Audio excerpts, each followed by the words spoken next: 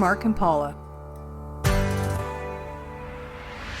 We're leaving northwestern Colorado to go deeper into the land of dinosaurs. This little town celebrates by naming many of its streets after dinosaurs.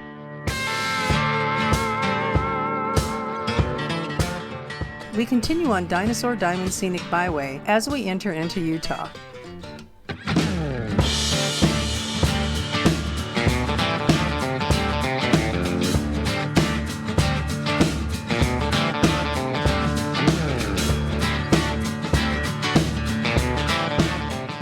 We'll come back to Vernal and plan to explore the wider Vernal area, but first we'll head to our home base for this leg of our trip, Steinaker State Park. But first, a little stop to have our kayaks inspected.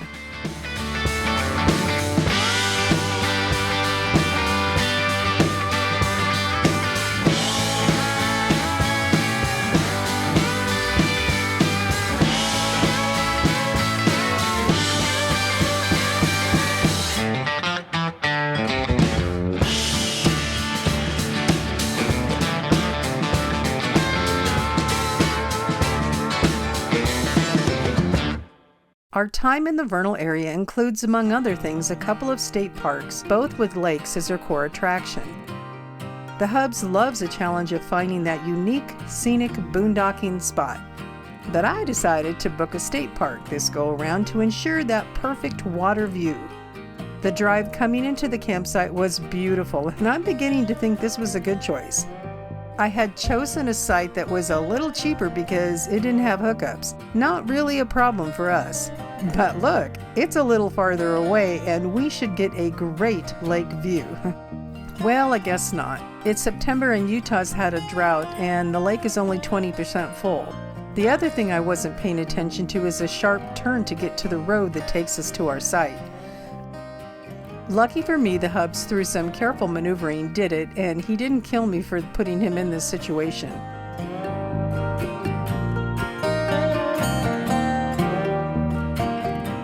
But he did say we might want to look at pull-through sites if we book in a campground again. There was another slight problem at our site. Ants. Lots of ants. Hopefully they won't find their way into our camper. Let me give you the tour of Steinacker. The campground has a mix of full hookups and electric only, as well as primitive sites. There's also a group campground that can accommodate up to 50 people.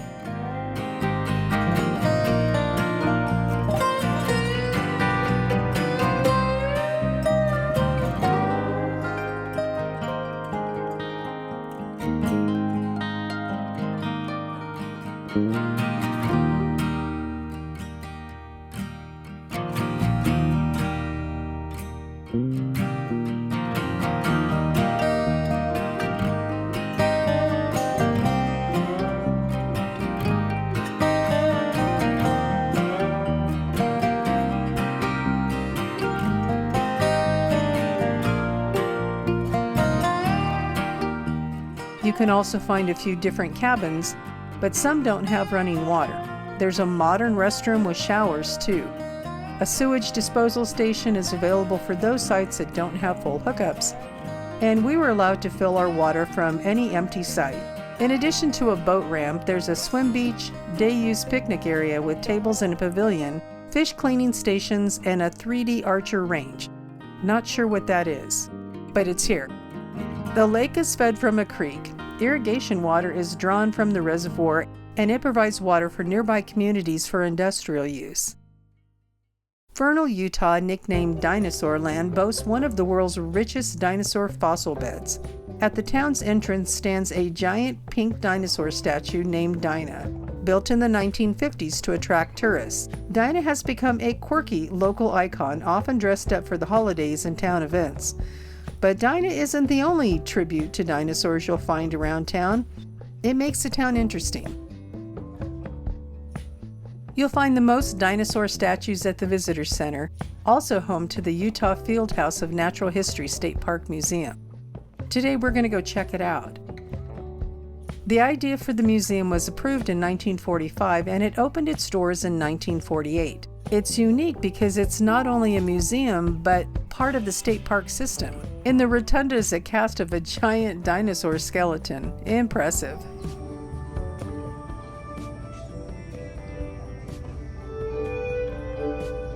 The primary predator of the late Jurassic Morrison formations. We're digging basically on the edge of an ancient river channel where these bones are being deposited. Ancient riverbeds are responsible for much of the Morrison's wealth of dinosaur fossils. Years before we learn what this site can tell us about the life and death of this Allosaurus and the world it lived in. It's one of the best plants we've pulled out yet. Hey Kirk, I'm bringing you some. Here you go. Oh, that's nice. Your favorite. Look at that, please. What's that out? Yeah, it just went out now. Sweet. I love all things old. Well, maybe not everything old, but I'm fascinated by something as cool as a fossil. They open your eyes to realize that things were once different in an area. The stories of how they think certain animals looked, ate, lived, and even died are interesting, but then they cross over the line that I can't go. The line between theory and belief becomes blurred. Was it really that long ago? And are dinosaurs really extinct?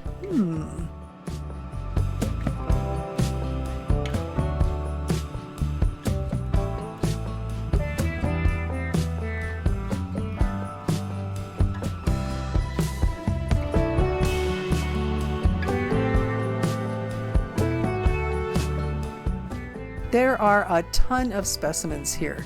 The field house took over 6,000 specimens from Dinosaur National Monument's collections in 2020 to better house and manage them. Previously, they were kept in multiple locations, partially in temporary storage because the older facilities couldn't hold all of them properly.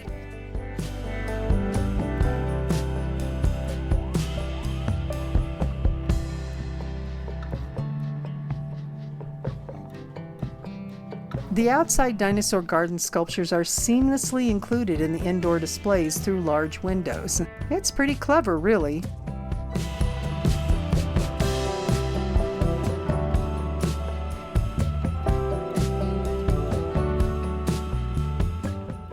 Okay, is this real?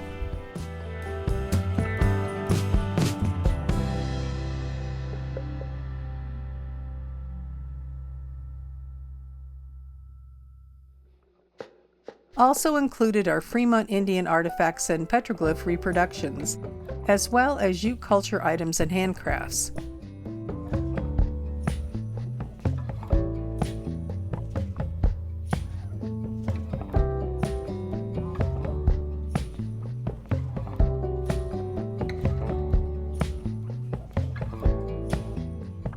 Beautiful specimens of rocks, even ones that glow in ultraviolet light, can be found here too. But the coolest thing is the lab viewing area. No one was here today, but if they were, we'd get a view into the work they do here. Very cool.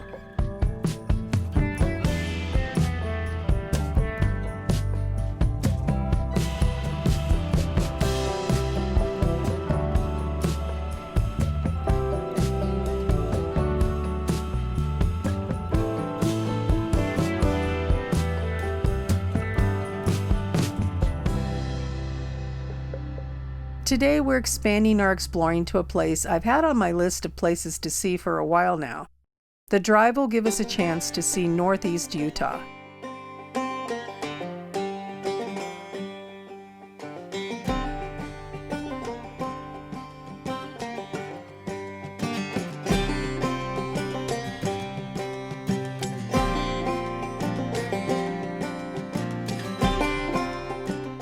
This tells us that the speed limit is 55 on this dirt road.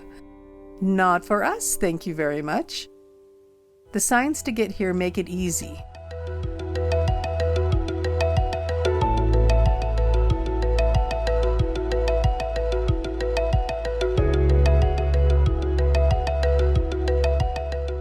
Don't worry, we don't plan on picking up any random snakes or putting our hands in crevices. Fantasy Canyon lies in the remote Uinta Basin and looks like something out of a science fiction movie. But these alien-like rock formations are entirely natural, sculpted over years of wind and water. The strange, delicate shapes you see, towers, fins, arches, and even mushroom-like columns are made of sandstone, left behind as softer surrounding rock eroded away. Geologists call it weathering differential. People like me just call it otherworldly.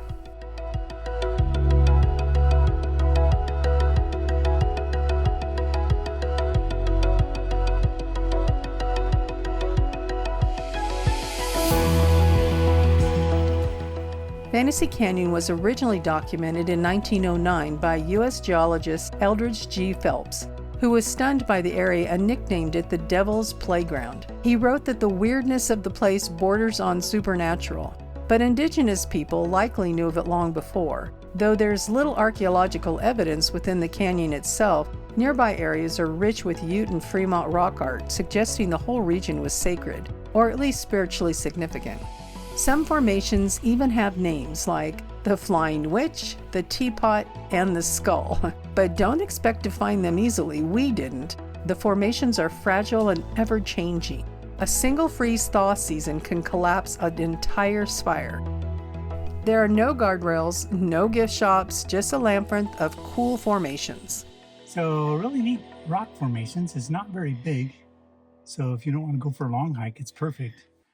There is some climbing a little bit, but yeah, the rock formation is really cool. I think it's worth the trip. It's a ways out here, probably almost an hour, maybe a little bit more from Vernal. But yeah, it's worth the trip.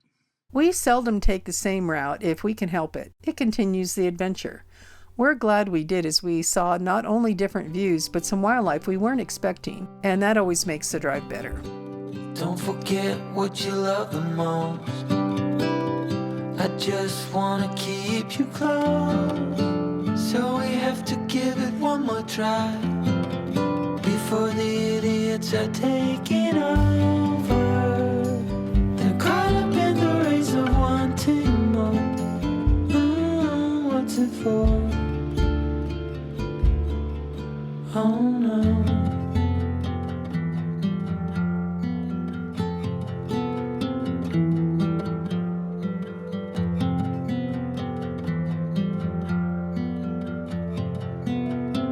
One more time before it's over.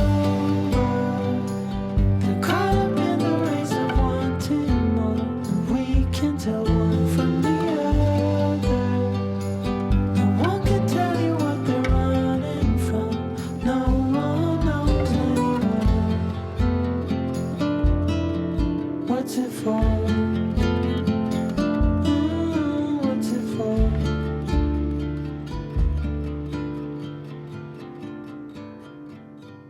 So far, the lake has been a bit of a disappointment, and the nature trail is closed because the eagles were nesting, so we decided to do something we don't usually get to do in a state park: use our OHV to do some exploring.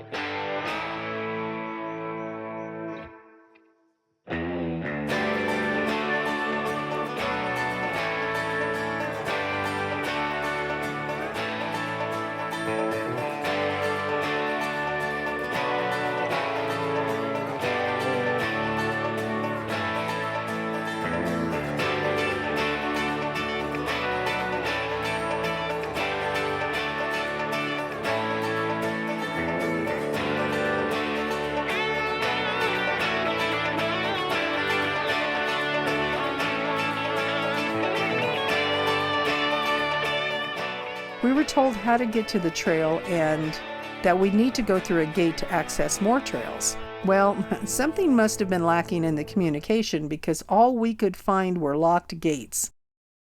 We had heard some good things about Red Fleet State Park, and since it's only a few miles up the road, we brought our kayaks.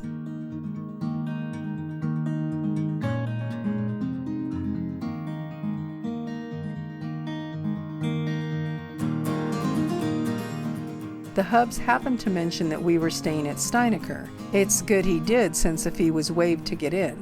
I don't think that's always the case though, but both lakes are so low and have limited services at each park, so to make up for it, I think we're getting a 2-for-1 price. The drive-in is beautiful. Local boaters refer to the 750-acre reservoir as Little Lake Powell, and you can begin to see why.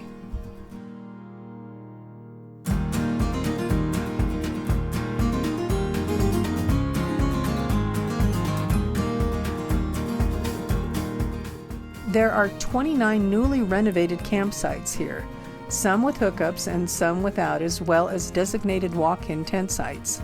The updates include improved beach access and day-use picnic area, but of course this isn't being used with the low levels of the water here.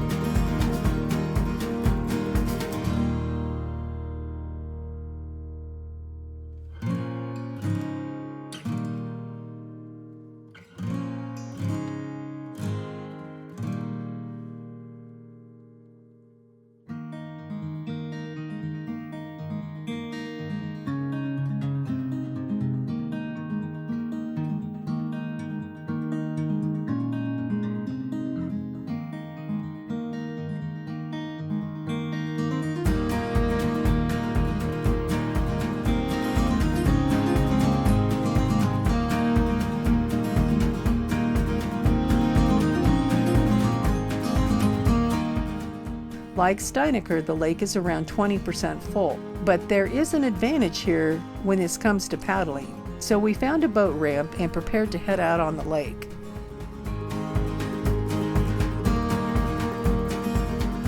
I'm always amazed at dogs that will paddle with their owners. This couple gave us some information we wouldn't have known if we didn't talk to them. You see, there's a hiking trail with a number of dinosaur tracks that's 3 miles long. But if you paddle across the lake, you can walk up to them without the longer hike. The hubs took a look to see if he could find them.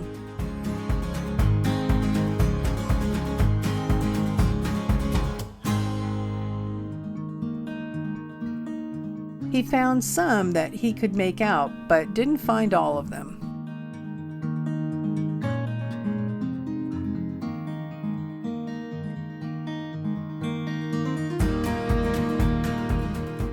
One of the really neat things about paddling this lake when it's low is that you can go into the little caves amongst the rocks. This makes for a neat experience.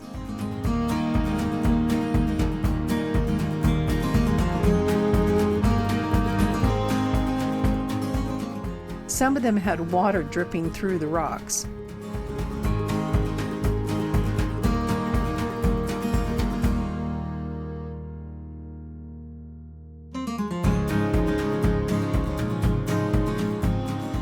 The name of the park comes from the red rock outcroppings that look like a fleet of ships. Thanks for coming along. Subscribe to follow us on more Utah adventures. Next week, we'll explore a striking red rock canyon known for its massive reservoir, dramatic cliffs, and scenic byways. Don't forget to hit the bell so you don't miss an episode. My wife told me to put the cat out.